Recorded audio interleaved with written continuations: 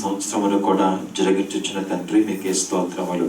తండ్రి, ఈ దినపు నూతన సంవత్సరపు వర్తమానమును మాకందరికీ కూడా అనుగ్రహించి ఈ నూతన సంవత్సరంలోనికి మమ్మల్ని ప్రవేశపెట్టడానికి కావలసిన ఆత్మీయ బలమును, శక్తిని, ప్రభు కావలసిన తీర్మానములను అందుకున్నటకును ఇదిగో తండ్రి, మీ వాక్యం ద్వారా మమ్మను ప్రభు బలపరచమని, అలాగే మీ అవసరాలను మరుగుపరిచి మీ ఆత్మతో మీ వాక్కుతో నింపి మీ నోటి త్వరగా వాడుకునమని మా కొరకు మేఘాసునుడై మధ్యాకాశములో వచ్చుచున్న వరాత్మ పిత పుత్ర వరుడైన యేసు ప్రభు నామములో వేడుకొనిచున్నాము తండ్రి, ఆమేన్. ప్రభునందు ప్రియులారా, ప్రభు నామమున మీకందరికీ కృపా సమాధానములు కలుగునగాక, ఆమేన్. మీ అందరికీ 2015 సంవత్సరపు మరణాత మరణాత మరణాత. మరికొద్ది నిమిషములలో నూతన సంవత్సరపు మరణాత మనము చెప్పుకొనబోచున్నాం. ప్రభు మనం దీవించునుగాక, ఆమేన్. ప్రియులారా, మనం చదువుకునే వాక్యములో ఒక మాట చూస్తున్నాం. సంవత్సరమును నీ దయా కిరీటము ధరింపచేసి ఉన్నావు. మరి కిరీటము ధరించుకునే వారెవరు? రాజులు. మరి ఈ యొక్క సంవత్సరము అనే దయా కిరీటమును మనకు ధరింపచేయుచు ఉండగా మనం ఎవరము? రాజులమే, రాజులమే. మరి మనకు ఈ కిరీటం పెట్టేసినది ఎవరు? ప్రభువే, దేవుడే. అయితే ఈ కిరీటములో ఏమున్నాయి? ఈ కిరీటములో ఏమున్నాయి? అత్యంత విలువైన వెలగలిగిన రత్నములు ఉన్నాయి, అలాగనే ముత్యములు కూడా ఉన్నాయి. మీ తల మీద పెట్టబడిన, ఒకసారి ఊహించుకోండి, మీ తల మీద పెట్టబడిన కిరీటములో 12 రత్నములు, అత్యంత విలువైన రత్నములు, అలాగే 365 ముత్యములు ఉన్నాయి. చూడకుండా ఉండగలరా? సంతోషంగా ఉండగలరా? దేవుణ్ణి స్తుతించకుండా ఉండగలరా? ఎవరు కూడా ఉండలేరు కదా. ఏమిటి 12 రత్నాలు? ఒక్కొక్క నెల ఒక్కొక్క రత్నం అయితే, ఒక్కొక్క ముత్యము కూడా ఒక్కొక్క దినము, ఒక్కొక్క రోజు. మరి ఎంత గొప్పవారమో చూడండి. మరి ఈ యొక్క గత సంవత్సరం అంతా కూడా మనకు ఇటు రత్నములు, ముత్యములు ప్రభు మనకు ముందుగా అనుగ్రహించిన వారు ఉన్నారు. వాటిలో ఒక్కొక్క రత్నమును, ఒక్కొక్క ముత్యమును కూడా మనము చూసుకొని మురిసిపోయిన వారమై ఉన్నాం. అయితే అనేక మార్లు కొన్ని ముత్యములు మీరు గ్రహించలేదేమో, కొన్ని ముత్యములు గ్రహించలేదేమో. అనగా ఇది విలువైన దినము అని ఇది దేవుడు మీకు ఇచ్చారని మీరు ఒకవేళ గ్రహించలేక దేవుణ్ణి స్తుతించలేకపోయారేమో. కానీ మరొకసారి అలా ఉండకుండా ముందుగానే అందరం కూడా జాగ్రత్త పడదాం. ఒక్కొక్క నెల కూడా దేవుడిచ్చిన ఒక్కొక్క రత్నము, ఒక్కొక్క దినము కూడా దేవుడిచ్చిన ఒక్కొక్క ముత్యము ఉంటుంది. అత్యంత విలువైన ముత్యములు, రత్నములతో ప్రభువు మన యొక్క కిరీటమును నింపి మనకు ధరింప చేస్తూ ఉన్నారు. అయితే ఈ యొక్క నూతన సంవత్సరము అనగానే ఎన్నో విధమైన క్రొత్త ఆశలు కలుగుతూ ఉంటాయి. క్రొత్త మరి ఎదురు చూపులు ఉంటూ ఉంటాయి. అలాగే క్రొత్త పనులు ఏమైనా చేయాలంటే ఏం చేస్తారు? ఈ సంవత్సరంలో చేయలేకపోయినవి వచ్చే సంవత్సరం చేద్దామని చెప్పేసి అనుకుంటూ ఉంటాం. ఈ రీతిగా నూతన సంవత్సరము అనగానే ఎన్నో ఆశలు, ఎన్నో కోరికలు కదా. అయితే వీటన్నిటిని కూడా మన ఆశ తీరా, మన కోరికలన్నీ కూడా తీర్చడానికి మనకు కావాల్సిన శక్తి ఉందా? మనకు కావాల్సిన జ్ఞానం ఉందా? బలం ఉందా? అవన్నీ దయచేవారెవరు? అవన్నీ కూడా దేవుడే మనకు అనుగ్రహించే వారై ఉన్నారు. కాబట్టి ఈ యొక్క కిరీటములో ఒక్కొక్క నెలను చూసి, ఒక్కొక్క రత్నమును చూసి, ఒక్కొక్క ముత్యమును చూసి మనము ఏ విధముగా అయితే ప్రభువును స్తుతించుచు, ప్రభువా ఈ దినము, ఈ నెల నీవు నాకు ఇచ్చిన గొప్ప దీవెనైనది, గొప్ప మేలైనది, గొప్ప ఆశీర్వాదము అయినది మనం ఏ రీతిగా మనము ప్రభువును స్తుతిస్తున్నామో, అలాగే ఈ నూతన సంవత్సరంలో కూడా మన యెడల దేవుని నూతన కార్యములు అనుదినము కూడా జరిగించాలని మనం ఏం చేయాలి? ప్రభు యొక్క పాదములు మనము పట్టుకున్న వారమై ఉన్నాం. మరి ఇశ్రాయేలీయులు ఐగుప్తు దేశంలో నుంచి వెలుపలికి వచ్చినప్పుడు వారి యొక్క స్థితి ఏమిటి, వారి యొక్క అంతరంగం ఏమిటి, వారి యొక్క ఆలోచనలు ఏమిటి ఒక్కసారి మీరు జ్ఞాపకం తెచ్చుకోనండి. అంతవరకు కూడా కొన్ని వందలాది సంవత్సరములు వారు ఆ దేశంలో బానిసలుగా ఉన్నారు. పొద్దు లేచినప్పటి నుంచి కూడా అదే పని, అదే తిండి, అవే అవే అవే మరి అధికారులు అదే పని, రోజుకు ప్రాణములు విసిగిపోవడమే. ఎక్కడికైనా వెళ్ళిపోకుంటే బాగుండును అనుకుంటున్నారు. కానీ ఎవరు వెళ్ళిస్తారు? మనకి వెళ్ళే శక్తి ఉందా? లేదు. తప్పించుకునే శక్తి ఉందా? లేదు కదా. అయితే మోషేని పంపి దేవుడు ఏం చేసిన వారిని మరొక మరి యొక్క దేశంలోనికి, పాలు తేనెలు ప్రవహించే దేశము, మరి నింపని బావులు, మరి నింపిన బావులు, త్రవ్వని బావులు, నింపిన ఇండ్లు, అలాగే మరి ఆకాశ వర్షజలము త్రాగే ఆ యొక్క దేశము అన్ని కూడా సమృద్ధిగా దేవుడు ఇచ్చివేసి ఏమన్నారు? మీరు స్వాధీనపరచుకొని పోవచ్చు ఉన్నా అంటున్నారు. మీరు స్వాధీనపరచుకొని పోవచ్చు ఉన్నా అనగా ఆల్రెడీ దేవుడు ఆ దేశం వారికి ఇచ్చివేశారు. కేవలం వారు అడుగు పెడితే చాలు, అడుగు పెడితే చాలు. మరి వారి యొక్క మనస్సు ఎంత గొప్ప ఆశతో నిండి ఉంటుందో చూడండి. నేను వెళ్ళినప్పుడు నా కొరకు ముందుగానే దేవుడు ఇండ్లు నింపారంట. నాకు దేవుడు ముందుగా ఇండ్లు ఆల్రెడీ నిర్మించేస్తున్నారు. ఆ ఇండ్లు కూడా అన్ని కూడా మరి అనేకమైన వస్త్రములతో, అనేకమైన గొప్ప గొప్ప ఆభరణాలతో, నగలతో అన్ని కూడా నిండి ఉన్నాయి. నా కొరకు ముందుగానే అన్ని కూడా ఎన్నో తోటలు వేసి ఉన్నాయి. నా కొరకు ముందుగానే బావులన్నీ కూడా తవి ఉన్నాయి. నా కొరకు అన్ని ముందుగా సిద్ధపరిచి ఉన్నాయి అని వారికి దేవుడు చెప్పి వారిని బయలుదేర చేసినప్పుడు వారి మనస్సు ఎంత మరి పులకముంచుతుందో చూడండి, ఎంత ఆశతో నిండుతుందో కదా. అలాగే పిల్లరా, ఈ దినమున మనకి 2015 సంవత్సరం చివరిలో ఉన్న మనము, చివరి అరగంటలో ఉన్న మనము ఈ యొక్క నూతన సంవత్సరంలోనికి ప్రవేశించు ఉండగా మన హృదయములు, మన తలంపులు, మన ఆలోచనలు ఏ రీతిగా ఉండాలి? ఐగుప్తులో నుంచి రప్పించినప్పుడు ఇశ్రాయేలును ఏ రీతిగా అయితే సిద్ధపరిచి వారి కొరకు సమస్తమును సిద్ధపరిచిన దేవుడు వారిని బయట నడిపించారో అదే రీతిగా మనలను కూడా ఈ నూతన సంవత్సరములో దినదినము కూడా నూతనమైన ఆశీర్వాదములు, నూతనమైన దీవెనలు మనకు దేవుడు సిద్ధపరిచిన వారై ఉన్నారు. కాబట్టి వారు ఏ రీతిగా అయితే ప్రభువునందు కృతజ్ఞత కలిగి నూతనమైన ఆశలతో వారు బయలుదేరి ఉన్నారో అదే రీతిగా మనం ఏం చేస్తున్నాము? ఈ నూతనమైన ఆశలతో నూతనమైన కార్యములు దేవుడు అంటే జరిగిస్తాడు అని గొప్ప మరి ఆ యొక్క నిరీక్షణ కలిగిన వారమై మనము ఈ నూతన సంవత్సరంలోనికి ప్రవేశించవలసిన వారమై ఉన్నాం. ఇంకా ఆ దేశము కొండలు కలది, లోయలు కూడా కలది కదా. కడవరి వర్షము మరి మధ్య వర్షం అన్ని కూడా క్రమంగా వస్తూ ఉంటాయి. అన్ని కూడా సమృద్ధి కలిగినది. అలాగే మనము కూడా అన్నిటిని కూడా కలిగి ఉన్న వారమై ఉన్నాం. అయ్యగారు దేవదాసి గారు ఒక మాట చెప్పారు, నూతన సంవత్సరం గురించి ఒక మాట చెప్పినారు. ఇదేమిటంటే, ఒక పుస్తకం ఉన్నది. ఆ పుస్తకములో 12 పేజీలు ఉన్నాయి. 12 పేజీలు. ఒక్కొక్క పేజీలో కూడా 2 గీతలు కనబడుతూ ఉన్నాయి. ఒకటి ఎర్ర గీత అయితే ఒకటి నల్ల గీత. ఎర్రగీత దేనికి? ఎర్రగీత దేనికి? అంతా కూడా మంచికి, సౌఖ్యానికి, మరి దీవెనలకి, ఆశలకి గుర్తు అయితే నల్లగీత దేనికి? శ్రమలకు, కష్టాలకు అది సాదృశ్యం. అయితే ప్రతి పేజీలోనూ కూడా ఈ ఎర్రగీత ఉన్నది, నల్లగీత ఉన్నది. నల్లగీత వద్దంటే సరిపోతుందా? వద్దంటే చెరిగిపోతుందా? చెరిగిపోదు. మరేం చేయాలి? ఆ నల్లగీత పొమ్మంటే పోదు కానీ మన కాళ్ళ కింద అయితే ఉండగలదు అనే గారు. మన మీద ఉండదు కానీ మన కాళ్ళ కింద ఉండగలదు.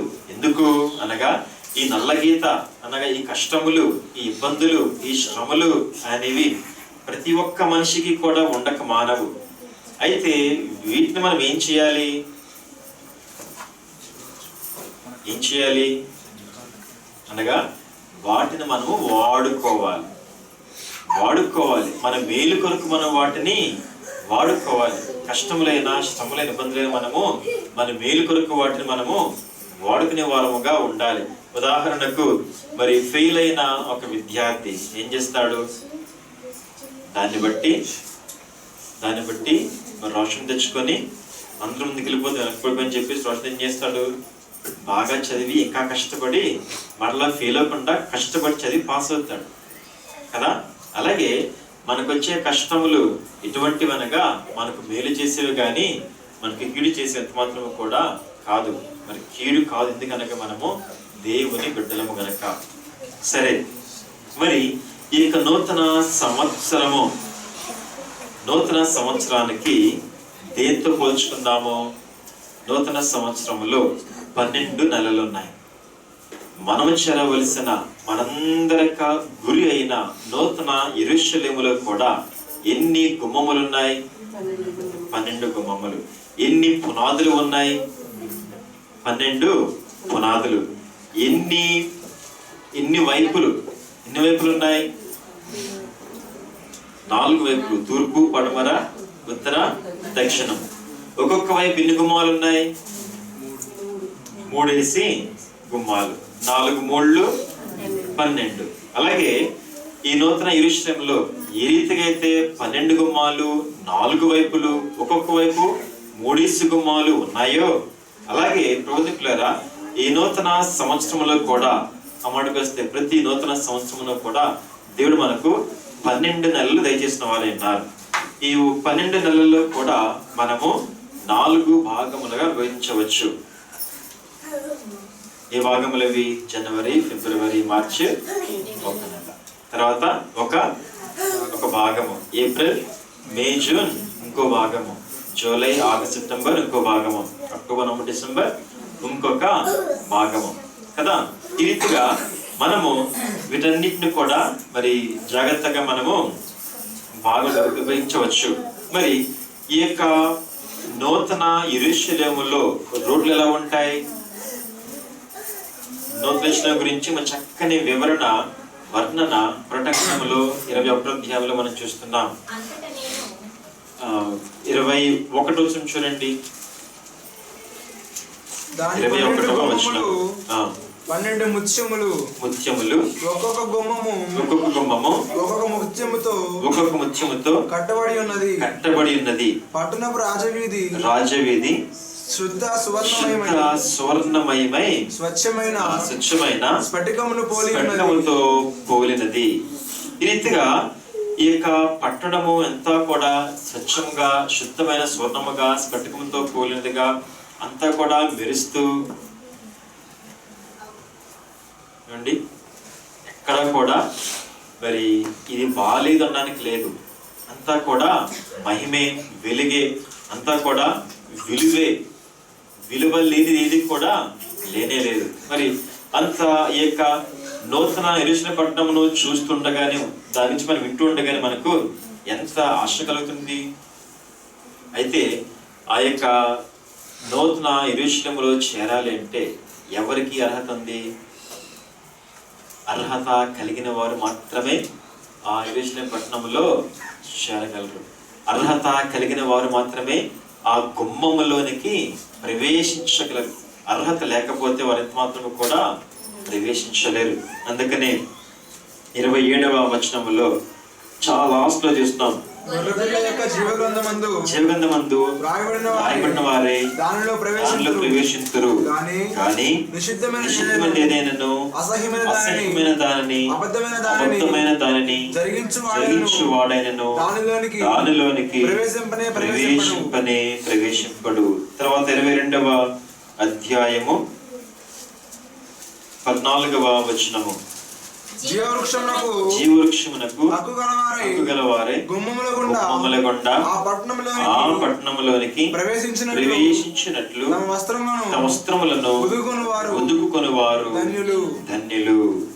తర్వాత కుక్కలను, మాంత్రికులను, వ్యభిచారులను, నరహంతకులను, విగ్రహారాధకులను, అబద్ధమును ప్రేమించి జరిగించు ప్రతి వాడును వెలుపట అందురు. బైబిల్ గ్రంథం మనకు చాలా క్లియర్గా చెబుతున్నది ఎవరు బయట ఉంటారు, ఎవరు లోపలికి వెళ్ళగలరు. అయితే ఈ యొక్క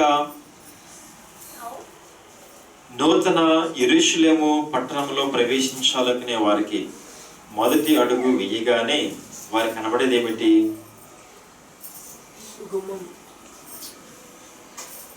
గుమ్మంలోకి వెళ్ళాలంటే వారికి కనబడేది ఏంటి?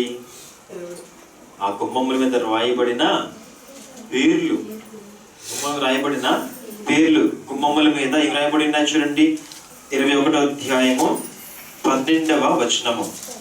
ఆ పట్టణమునకు ఎత్తైన గొప్ప ప్రాకారమును 12 గుమ్మములను ఉండెను. ఆ గుమ్మముల యొద్ద 12 దేవదూతలుండిరి. ఇశ్రాయేలీయుల 12 గోత్రముల నామములు ఆ గుమ్మముల మీద రాయబడి ఉన్నవి. ఇశ్రాయేలీయుల గోత్రకర్తలైన 12 మంది కూడా, యాకోబు యొక్క 12 మంది కుమారులు కూడా వారి పేర్లు ఈ గుమ్మముల మీద రాయబడి ఉన్నాయి. అయితే ఆ పునాదుల మీద 12 పునాదుల మీద అపోస్తలుల 12 పేర్లు కూడా రాయబడి ఉన్నాయి. సరే, ఈ నూతన యెరూషలేములో ప్రవేశించాలంటే ఈ యొక్క గుమ్మం ద్వారా మనము ప్రవేశించాలి. ఎన్ని గుమ్మాలు? 12 గుమ్మాలు. ఎన్ని నెలలు? 12 నెలలు. ఒక్కొక్క గుమ్మము కూడా ఒక్కొక్క నెలకు సంబంధించింది కదా. అయితే ఆ గుమ్మముల మీద రాయబడిన పేర్లు కలిగిన వారు గోత్రకర్తలు. వారు పేర్లు ఎవరైనా చెప్పగలరా? గోత్రకర్తల పేర్లు. రూబేను, షిమ్యోను, వరుస తప్పింది, లేవి, యూదా, దాను, నఫ్తాలి, గాదు, ఆషేరు, ఇశ్శాఖారు, జెబూలూను, యోసేపు, బెన్యామీను. నేను కూడా చూడకుండా చెప్పాను. సరే, మరి వీరి వరుస క్రమం ఎలా ఉంది అనగా, యాకోబు వారిని దీవించాడు, మోషే వారిని దీవించాడు. ఎలా దీవించాడు? ఎలా దీవించారు వాళ్ళు అనగా, వారి యొక్క జనన క్రమమును బట్టి అనగా పెద్ద మొదలుకొని చిన్న వరకును కూడా వారిని దీవించున్నారు. వారి దీవెన ఆ రీతిగానే పొందుకున్నా కానీ దీవెన మాత్రము ఒకే రీతిగా లేదు. వీరి జనన క్రమం మనకు ఆదికాండము 29వ అధ్యాయంలోను 30వ అధ్యాయంలో మనం చూస్తూ ఉన్నాం, చివరిని చూస్తూ ఉన్నాం. అయితే వారి దీవెన మాత్రము ఆ రీతిగా లేదు. అలాగే ఈ యొక్క ప్రకటన గ్రంథములో 7వ అధ్యాయంలో మనం చూసినప్పుడు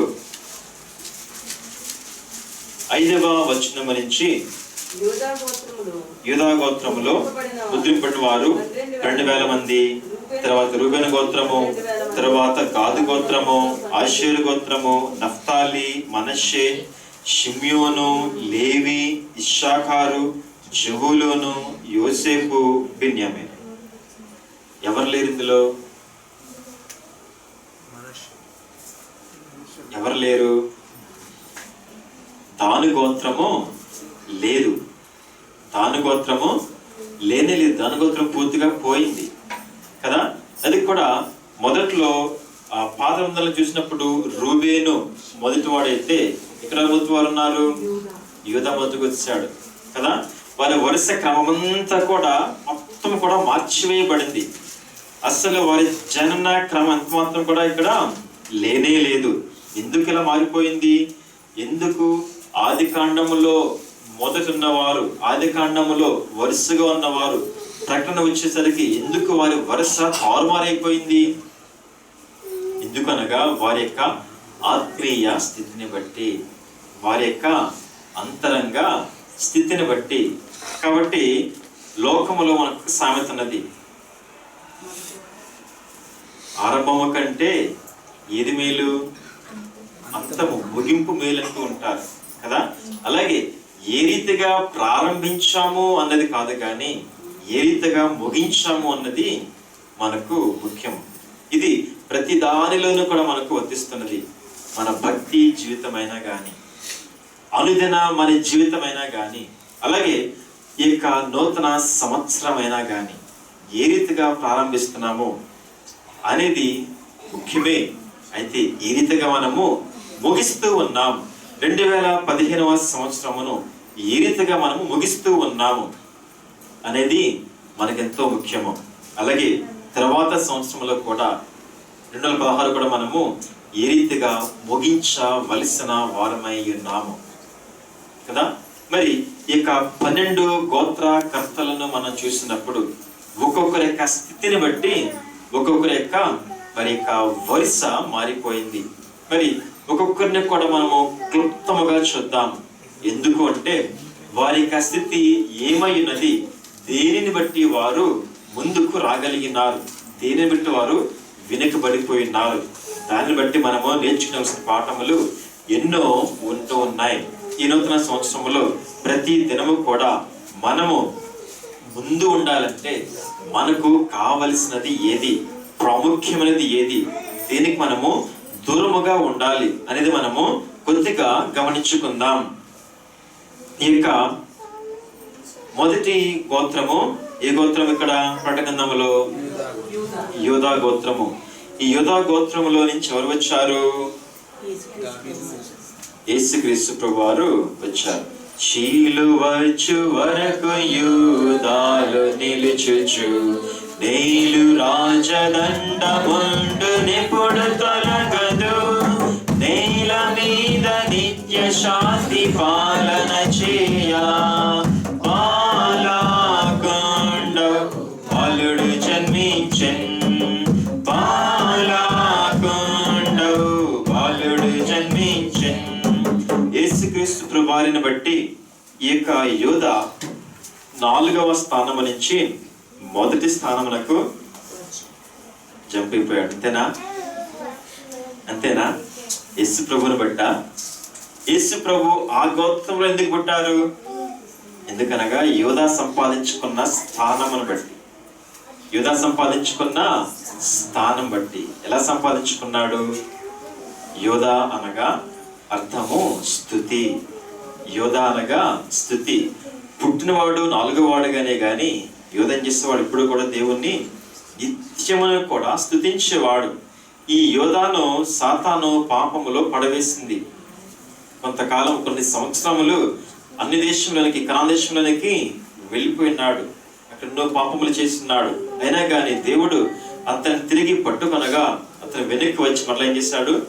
తన స్థానము నుంచి మొదటి స్థానంలోకైనా జంప్ చేశాడు. ఎందుకనగా అతను కలిగి ఉన్న ఆత్మీయ స్థితి, ఆ స్థితిని మార్చివేసింది అతను చేసిన స్థుతి. మనకి అయ్యగారు చెప్పింది కదా, ఈ కాడ స్థుతి సాగదు, ఆకాడ స్థుతి సాగును. 2015 సంవత్సరంలో ఒకవేళ సరిగా స్థుతి చేయలేకపోయారేమో, ఎక్కడ సాగుతుంది ప్రభు చెప్తున్నారు మనకు? 2016 సంవత్సరంలో సాగుతుంది, తప్పకుండా సాగుతుంది. ఇప్పుడు మీరు తీర్మానం చేసుకున్నప్పుడు కదా. ఇంకా ఇక్కడని స్తుతి చెయ్య సాగుటకెంతయునయ నంబు చేసిన ఎక్కడాలే నట్టి శ్రమలు మొక్క మొక్క లైపోవు స్తుతి చెయ్య సోదరులారా స్తుతి స్తుతులు చేయారండి. యూదా అనగా స్తుతి అనగా తన జీవితంలో స్తుతి ప్రధానమైన కార్యము. స్తుతి ప్రధానమైన కార్యము. మన జీవితంలో అనగా మన అనుదిన జీవితంలో ఏది ప్రధాన కార్యముగా ఉన్నది, అదే మనలను ముందుగా వెనక అనేది డిసైడ్ చేస్తుంది. యోధా ఏం చేశాడు? స్తుతించడం ప్రధానం పెట్టున్నాడు కాబట్టి యోధా ముందు నడిపించింది స్తుతి. యోధా ఈ రీతిగా దేవుణ్ణి పట్టుకున్నాడు కాబట్టి, దేవుణ్ణి స్తుతించాడు కాబట్టి, వదలలేదు కాబట్టి దేవుడు ఏం చేశాడు? యోధాను ముందు వరుసలో అందరికన్నా పైన ఉంచేశాడు, దేవునికి దగ్గరగా ఉంచున్నాడు. మరి నిన్ను గల్గిన వారి మాట ఎన్నాలేవు జీవయ కలమన్, నిన్ను ప్రేమతో చూచు వారికి నీదు ప్రేమ ఏమియు తెలియును. యేసు నీ తలపే నాకు ఎంతో హాయి, ప్రభు యేసు నీ తలపే నాకు ఎంతో హాయి. యేసును కలిగి ఉన్నాడు కాబట్టి యేసు ఏం చేశారు? ఆయన్ని తన ప్రేమంతా చూపించి ముందు నిలబెట్టినారు. సరే, మరి స్తుతి ఏమని చేయాలి? ఏమని ప్రభుని స్తుతించాలి? ప్రభు చేసే ఉపకారములకు స్తుతి చేయుట, ఇది ఒక రకమైన స్తుతి. ఇది మతి కలిగిన స్తుతి, మతి కలిగిన స్తుతి. అయితే మతి లేని స్థుతి ఇది, మతి లేని స్థుతి. మా నాన్నమ్మ మాకు తెలియదు, చిన్నప్పుడే చనిపోయారు, మా ఇంట్లో చనిపోయారు. అయితే ఆవిడ చెల్లి ఉన్నారు, గొప్ప సన్నిధిపురాలు, గొప్ప సన్నిధిపురాలు. ఎప్పుడు చూసినా పాటలు పాడడం, స్తుతించడం తప్ప ఇంకో పని తెలియదు. తన సొంత ఇంట్లో వాళ్ళే పిచ్చిదంటూ ఉండేవారు, మాకేం బాధేస్తూ ఉండేది. ఏం స్థుతి? మతి లేని స్థుతి. అనగా ప్రతిదానికి కూడా స్తుతి చెల్లించడమే, ప్రతిదానికి కూడా స్తుతి చెల్లించడమే. జరిగిన వాటికి స్తుతి, జరిగిన వాటికి కూడా స్తుతి. పాటలో చూస్తున్నాం కదా, అవునా కదా? అలాగే దేవుడు చేసిన ఉపకారములకు స్తుతి, చేయని వాటికి కూడా స్తుతి. అలాగే ప్రభు యొక్క లక్షణం బట్టి స్తుతి. అలాగే మనసులోకి అలా వస్తే చాలు దేవుణ్ణి స్తుతించడమే, స్తుతించడమే, స్తుతించడమే.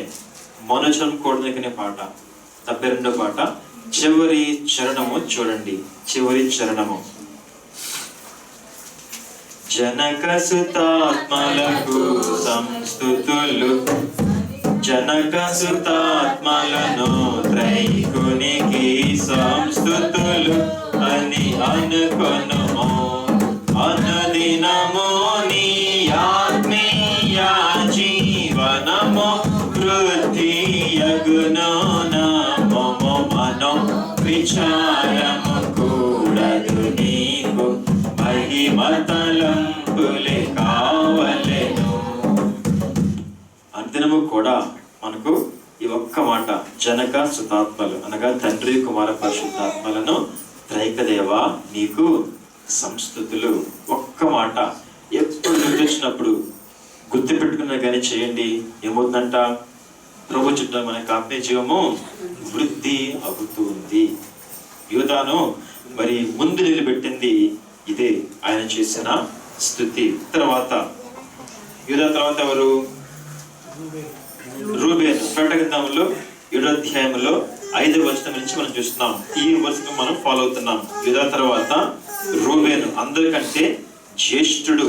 అయితే పాపములో పడినందువల్ల, మరి పడినవాడు తిరిగి లేవలేకపోవడం వల్ల ఏమైంది? తనకు అంతస్తును కూడా పోగొట్టుకున్నాడు. మరి ఈ యొక్క రూబేను అనే పేరుకు అర్థము కుమారుని తట్టు చూడుము, కుమారుని తట్టు చూడుము. యోహాను సువార్త 3వ అధ్యాయము 15వ వచనము. యోహాను సువార్త 3వ అధ్యాయము 15వ వచనము. అలాగే అరణ్యములో మోషే సర్పము ఎలాగ ఎత్తును, అలాగే విశ్వసించు ప్రతివాడును నశింపక ఆయన ద్వారా నిత్య జీవం పొందినట్లు మనిషి కుమారుడు ఎత్తబడవలెను. ప్రభువులారా, మోషే ఇత్తడి సర్పమును ఎత్తి పట్టుకున్నప్పుడు పాము కరిచిన వారు చనిపోకుండా ఏమన్నారు? ఆ సర్పమును చూడండి. ఎవరైతే చూస్తారో వారు ఏమవుతారు? అందరూ కూడా బ్రతుకుతారు కదా, చనిపోకుండా బ్రతుకుతారు. ఎందుకు? పాములు ఏమన్నదా? ఏమీ లేదు. అది చేసేవారు బతుకుతారు. ఏమీ లేదు అంటే దానిలో జీవము లేదు.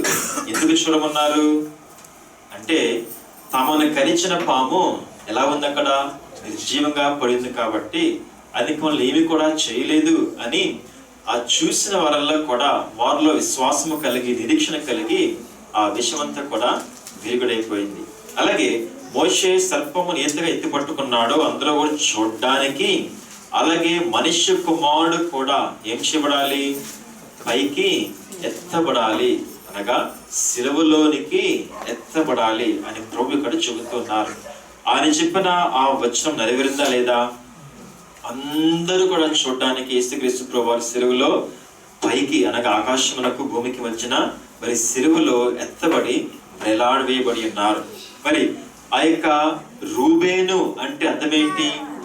కుమారుని తట్టు చూడము, అనగా మనము దినదినము కూడా చేయవలసిన ఏమిటి అనగా సిలువలో పైకెత్తబడిన యేసుక్రీస్తు ప్రభును, సిలువలో నీకై నాకే వేలాడుతున్న యేసుక్రీస్తు ప్రభును దినదినము కూడా చూడవలసిన వారమై ఉన్నాం. ఇది ఈ యొక్క రూబేను గారు మనకు తెలియపరుస్తున్న సంగతి. తర్వాతగా చూసినట్లయితే గాదు అనగా పేరు సేన. గాదు అనగా సేన. హెబ్రీ పత్రిక 12వ అధ్యాయం 1వ వచనములో దీని గురించిన వివరణ మనము చూస్తాం. ఇంత గొప్ప సాక్షి సమూహము, ఇంత గొప్ప సాక్షి సమూహము ఎవరు? హెబ్రీ పత్రిక 12వ అధ్యాయము 1వ వచనములో ఇంత గొప్ప సాక్షి సమూహము మనలను ఆవరించినందున, చదండి, మేఘము వలె మనలను ఆవరించినందున మనము కూడా ప్రతి భారమును సులువుగా చిక్కులు పెట్టు పాపమును విడిచిపెట్టి విశ్వాసమునకు కర్తయు దానిని కొనసాగించువాడునైనా యేసు వైపు చూచుచు మన ఎదుట ఉంచబడిన పందెములో ఓపికతో పరిగెత్తుదము. చాలండి. మనము ఎవరము? ఒంటరులము కాము. ఎంత మాత్రము కూడా ఒంటరులము కాము అని ఇప్పుడు మనకి ఇక్కడ తెలియపరుస్తున్నారు. ఒక్కడవని నీవు వడలి పోవద్దు, నీ ప్రక్కన నీకులు తెలుసునా. ఒక్కడవని నీవు వడలి పోవద్దు, నీ ప్రక్కన నీకులు తెలుసునా. చిక్కావు నీవెవరి చేతిలోనైనాను, చిక్కిపోవని నీకు నొక్కబడవని నీకు తెలుసునా. మాత్రం కూడా మనము ఒక్కరులము కాదు, కానీ మన పక్కన ఎవరున్నారు? సాక్షి సమూహము. మరి ఎలీషా దగ్గరకు శత్రువులు వచ్చారు. చూస్తే ఎలీషా అతని పక్కన అతని యొక్క పరిచారకుడు, ఇంకెవ్వరు లేరు. కానీ శత్రువులు చూస్తే వందల కొలదిగా వేల కొలదిగా వచ్చేసారు. ఆ పరిచారకుడు భయపడుతుండగా ఎలీషా మాత్రము ధైర్యముగా ఉన్నాడు. ఎందువల్ల? శత్రుపటాలం కంటే మన పటాలమే ఎక్కువ, మన సైన్యమే ఎక్కువ అని ఎలీషా తన కన్నులతో ఆత్మనేత్రంతో చూసి ప్రభుని స్తుతించి ఆయన ధైర్యముగా ఉన్నాడు. అలాగే మనము కూడా మనకి ఏం వచ్చినా గానీ మనం ఏం చేయకూడదు? భయపడకూడదు. కానీ భయపడరాదు.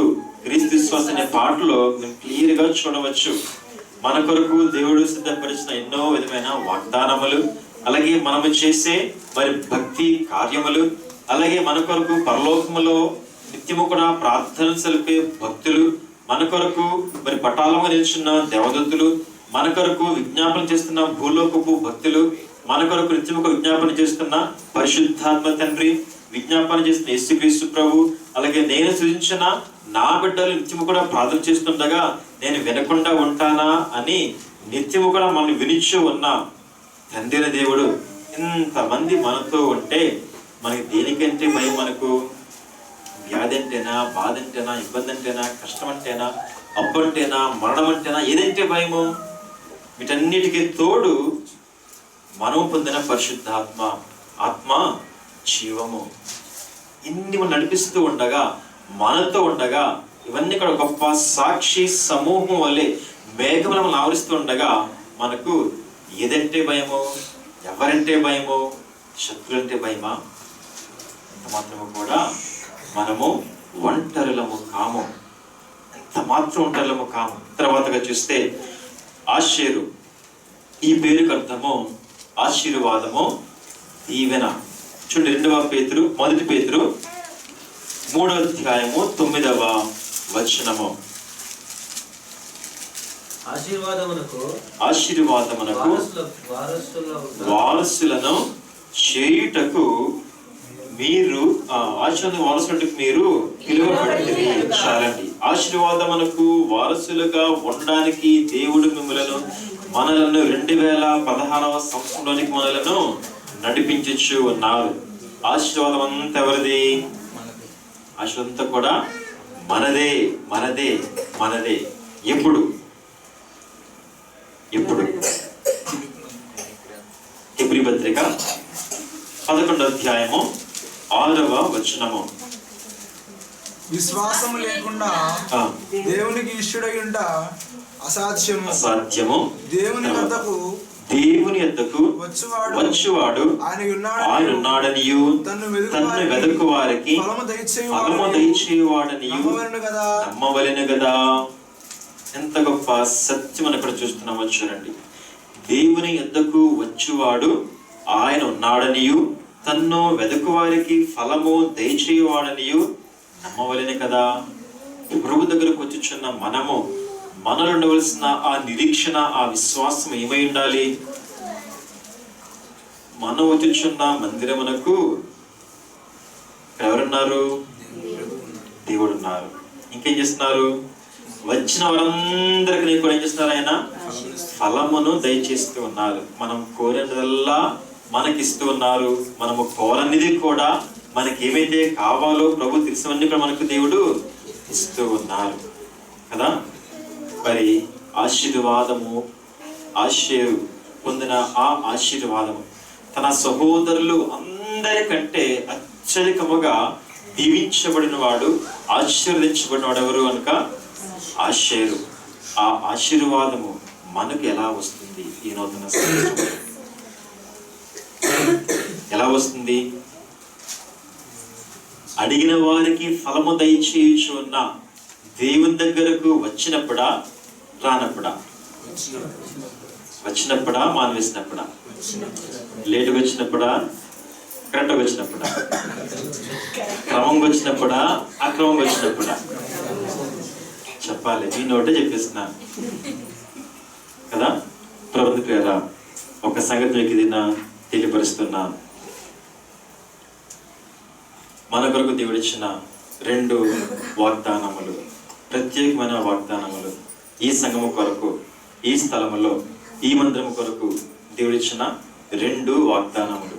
ఒకటి, ఇక్కడ చెక్కుముకి రాత్రులే ఉండి ఈ స్థలమునకు వచ్చి ప్రతి ఒక్కరిని కూడా వెలిగిస్తాను అని ప్రభు చెప్పారు. ఒక వాగ్దానం. ఈ సమ్మర్లో ప్రభుదించిన వాగ్దానం ఇది. మరి ఒకటి, సియోను వలె ఈ స్థలమును సంవత్సరముల తరబడి కూడా నేను సిద్ధపరచుకున్నాను. సియోను దీన్ని ఈ స్థలమును ఏర్పరచుకున్నాను అని ప్రభు మనకి ఇచ్చిన వాగ్దానము. సియోను ఏ రీతిగా కదలకుండా నిత్యము నిలుస్తుందో అలాగే ఈ స్థలము కూడా దేవుని కొరకు నిలుస్తున్నది. దేవుడు ఏర్పరచుకున్న స్థలం ఇది. దేవుడు ఉన్న స్థలం ఇది. దేవుడు తన వద్దకు వచ్చి వారందరినీ కూడా వెలిగించే స్థలం ఇది. కాబట్టి ఎప్పుడు ఆశీర్వాదము పొందుకొనగలము. దివ్య దేవుడు నిన్ను దీవించునుగాక అని మీ ఇంట్లో మీరు సొంతంగా పాడుకుంటే సరిపోతుందా? ఆ దీవెన ఎక్కడి నుంచి వస్తుంది? దేవాలయంలో, దేవుని మందిరములో ఆశీర్వదించబడాలా. మనం ఏం చేయాలి? దేవుని దగ్గరకు, మందిరమునకు రావలసిందే. తర్వాత నఫ్తాలి. నఫ్తాలి అనే పేరుకు కుస్తీ అని అర్థం. కుస్తీ ఏమిటి? కుస్తీ అనగా అవసరమైతే దేవునితో కుస్తీ చెయ్యాలి. ఎవరు చేశారు? యాకోబు చేశాడు. దేవుని పొందాడా లేదా? పొందాడు. అలాగే అవసరమైతే దేవునితో కుస్తీ చేయాలి. జాగ్రత్తగా గమనించండి. అవసరమైతే దేవునితో కుస్తీ చేయాలి. అవసరం లేకుండా ఉన్నా కానీ దినదినము కూడా మనము కుస్తీ చేయవలసిన మరొకరితోటి. ఎవరు వాళ్ళు? ఎఫ్సీ పత్రికలో 6వ అధ్యాయంలో 12వ వచనంలో మనము చూస్తూ ఉన్నాం.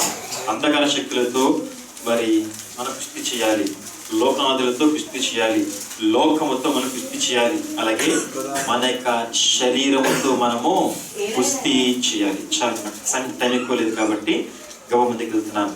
అంధకార శక్తులతో మనం కుస్తీ చేయాలి, లోకముతో కుస్తీ చేయాలి, ఇంకా దేంతో?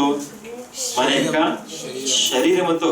ఈ శరీరము నాది అందుకని మురిసిపోతారేమో, లేకపోతే బాగా ఉందనుకుని మురిసిపోతారేమో, కానీ శరీరం ఏంటి?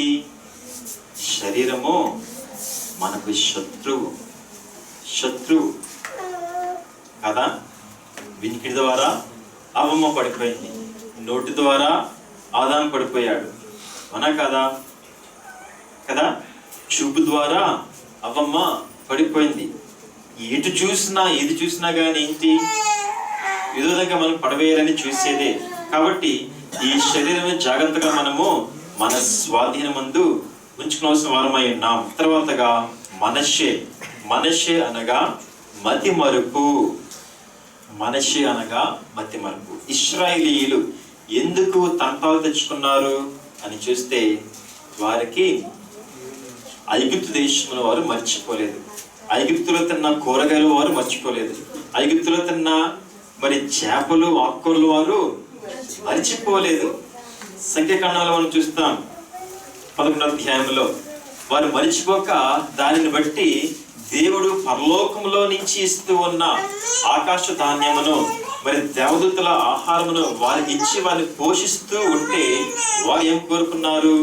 తుచ్చమైనవి మరియు మాడిపోయేవి క్షయమైపోయేవి వాటిని చూసి వారు ఏడ్చారు కదా. వీటి మనం కోరుకుంటూ ఉన్నాము, దేవుడిచ్చేవా లేక మనకు కావలసినవా? దేని కొరకు కోరుకుంటున్నాము అనేది చాలా ప్రాముఖ్యమైన సంగతి. ఇశ్రాయేలీయులు ఈ రీతిగా ఏడ్చినందువల్ల వారు 40 రోజులు పట్టే ప్రయాణము 40 సంవత్సరములు సాగింది. దేవుడు మనకి ఉద్దేశించినవి మనకి ఇవ్వవలసిన తప్పకుండా మనకి ఇస్తారు, తప్పకుండా ఇచ్చే దేవుడు విన్నారు. ఎందుకంటే ఆయన మాట ఇచ్చిన దేవుడు కాబట్టి తప్పకుండా నెరవేర్చే దేవుడు.